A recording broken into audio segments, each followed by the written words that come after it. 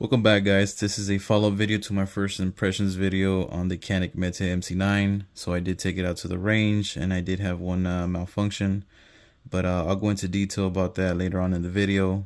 For now, I just want to talk about what I did to this firearm to get it ready to fire at the range. The only thing I did is I just locked the slide back.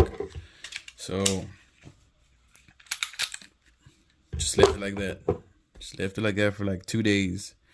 And I did notice that it got a little lighter. The slide got a little lighter. It wasn't so hard to manipulate anymore. Fairly easy to do it. Straight out the box, it was pretty hard to do it. I figured that may cause some issues with the spring tension being so strong. Maybe some failure to feed issues and whatnot, but luckily I didn't have any. I didn't have any failure feeds. I was shooting 115 grain ammunition, and I had 3 different types of ammo. I had some cheap steel cased ammo with the red lacquer on it that they used to sell years ago. I haven't seen those boxes in stock. I don't know, man. Been like maybe like two plus years. So that was some really old ammunition. I did fire some old jacketed hollow points as well. That, again, old ammunition that I had hoarded over the years. It fired those as well. I did have a box of brand new 115 grain Winchester training ammo. Handled it flawlessly. So I fired about 200 plus rounds. I want to say it was closer to 250 in this quick little range session. I just wanted to make sure the gun was working. And for some of y'all, 250 rounds may not be enough to determine if the firearm is, reliable, worthy of EDC, anything like that. But from what I saw, the way it handled 115 grain, I'm very pleased with it. I'm very confident in carrying it. Obviously, I will keep on testing. I will keep on taking it to the range, getting used to the trigger. The trigger is really nice, but it's just something I'm not used to. So I need to practice that. So it's definitely going to go through the paces with this gun. I'm probably going to go through another 200 or 300 rounds next time I go to the range. And then I'll probably do another video to see how that goes. But one thing I wanted to share with you guys is I had a lot of questions in terms of the reliability of this gun. So when I purchased this firearm, I checked it in detail, right? Because I knew the early models had some issues. Now, this is a fully loaded magazine, right? But one of the issues was that it wouldn't spit the mags out, and look, it spits them out just fine.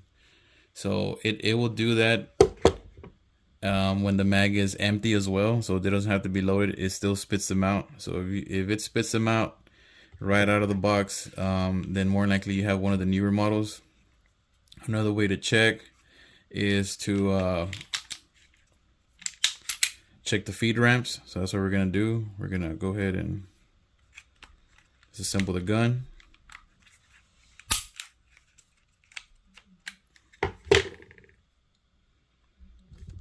We have the spring right here. I know some people were talking about getting a blue spring or a red spring, but in my case, it's just metal. There's no color in the bottom of that spring. And now to the star of the show.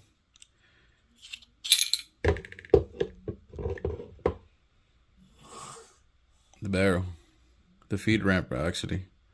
As you can see, it's dirty. Got my fingers there. I haven't cleaned it. I haven't done anything to show you guys a really good video here. Haven't cleaned it up. Haven't made it look pretty. But as you can see, that feed ramp right there. This is the newer model, or newer version of the feed ramp. I made sure that the MC9 that I was going to purchase had to have this style feeding ramp. As you can see, it's a lot wider. It almost feels like it's end to end. The earlier models had it a lot more narrow. They really recommend polishing that one up, but no issues with this one. Absolutely no issues with that one in terms of feeding, right? I did have a malfunction, which I'll let you guys decide if it was up to the gun or up to the ammo, right? I did have what almost feels like a light primer strike. And the reason I say almost light, because that primer was definitely struck and the indentation was there. I wish I could have gotten on video. I did take a little video, but my friend that was filming, he's a little new to the firearms, Second Amendment stuff. So when I showed him that it was a light primer strike, he had already cut off the video. So and again, I didn't notice that until I got home. So I didn't get a chance to show you guys the how the primer was struck. But what I will say is I reloaded that round into the chamber and it fired. So could it be bad ammunition? Could it be the pistol? I want to say it's more of the ammunition. Again, this was a cheap steel, lacquer coated ammunition, 9mm from, man, I want to say 5+6 years ago that I hadn't stored. So I mean, some of those rounds, I mean, it's low quality ammo. It's not the best. I'm gonna leave it at that.